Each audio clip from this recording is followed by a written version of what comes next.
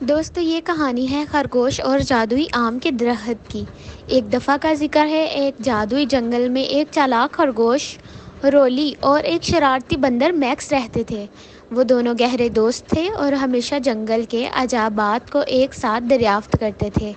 ایک دن جب وہ جنگل میں گھوم رہے تھے، رولی نے ایک درخت دیکھا جو سنہری پتوں سے چمک رہا تھا۔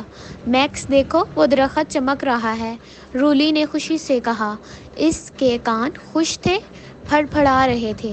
میکس فوراً ایک قریب کی شاخ سے نیچے جھولا اور درخت کو دیکھا۔ درخت کے اوپر ایک بڑا سنہری آم لٹک رہا تھا جو سورج کی طرح چمک رہا تھا۔ درخت کے قریب ایک تختی لگی تھی جس پر لکھا تھا جادوئی آم، صرف سب سے زیادہ مہربان دل والا ہی اس تک پہنچ سکتا تھا اور اس کا میٹھا پھل چکھ سکتا ہے۔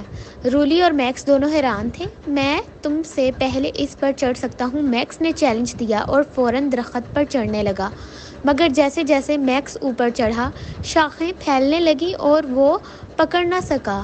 وہ نیچے پھسل گیا اور دھڑام سے زمین پر آ گرا۔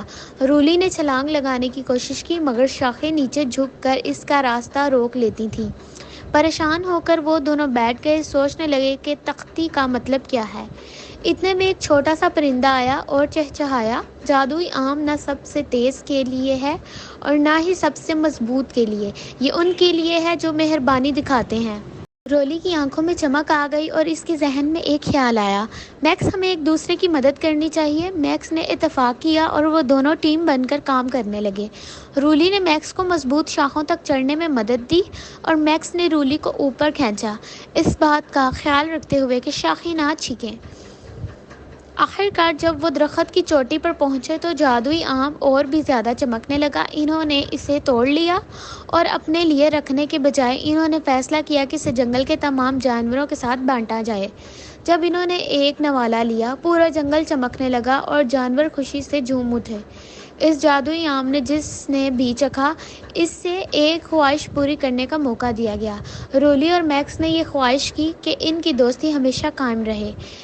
اس دن کے بعد سے جادوئی جنگل میں خوشی کی بہار آ گئی اور رولی اور میکس کو وہ ہیرو مانا گیا جنہوں نے مہربانی کا حقیقی جادو سیکھا، اور پھر وہ ہمیشہ خوشی خوشی رہنے لگے، ہمیشہ ایک دوسرے کا ساتھ دیتے اور ہمیشہ دوسروں کی مدد کرتے۔